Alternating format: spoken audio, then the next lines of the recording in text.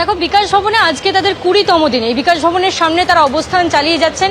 Central পার্কে যেখানে তাদেরকে স্থানান্তরিত করার কথা বলা হয়েছে, সেখানে পরিকাঠামো সেরকমভাবে এখনো পর্যন্ত তৈরি হয়নি। সেই পরিকাঠামো তৈরি হলে সেখানে গিয়ে তারা সেই জায়গাটা পর্যবেক্ষণ করবেন এবং তারপরে সিদ্ধান্ত নেবেন যে তারা সেখানে শিফট করবেন কিনা।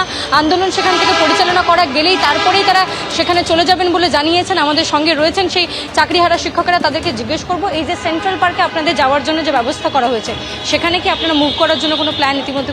আমরা এখনও বিষয়টা, আজকে যেহেতু একটা মিটিং রয়েছে, ওই মিটিংটা গুরুত্বপূর্ণ, সেইটা নিয়েই ব্যস্ত রয়েছে।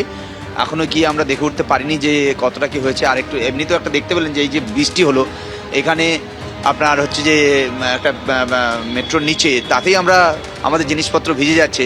তো ওখানে যে অস্থায়ী কাঠামোটা তৈরি হয়েছে সেখানে বৃষ্টি হলেই মনে হয় সবই ভিজে যাবে, এরকম একটা ব্যাপার। আমরা যদিও দেখিনি, গিয়ে দেখবো আমরা। আর একটা ইলেকট্রিসিটির ব্যবস্থা করতে বলেছিলাম, ওটাও হয়েছে কিনা আমরা জানি না। তো এখন এই মিটিংটা হোক, তারপর আমরা একবার গিয়ে দেখবো, তারপর আমরা সিদ্ধান্ত জানাবো। এখন এখানে রয়েছে। আজ অব্দি সময়সীমা বেঁধে দিয়েছিলেন, সরকার পক্ষ কিন্তু আপনাদের সঙ্গে আজকে বসতে সহমত প্রকাশ করেছে এবং আজকে আপনাদের সঙ্গে বৈঠকও হবে। কতটা আশাবাদী বৈঠক? শুনুন, আশাবাদী আশা তো মানে খুব একটা কিছু আশা দেখছি না।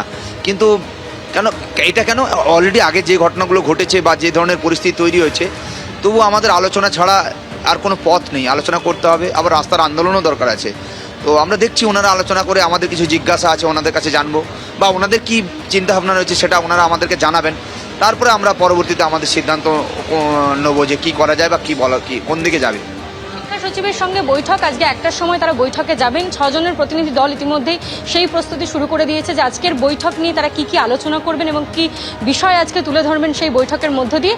এবং বিজ্ঞপ্তি প্রকাশের আগে বারংবার তারা চাইছিলেন সরকার পক্ষ তাদের সঙ্গে বসুক, আলোচনা করে তারপরে সিদ্ধান্ত নিক যে কিভাবে বিজ্ঞপ্তি প্রকাশ করা হবে এবং কি পরিকল্পনা রয়েছে সরকার এসএসসির তাদের সম্বন্ধে।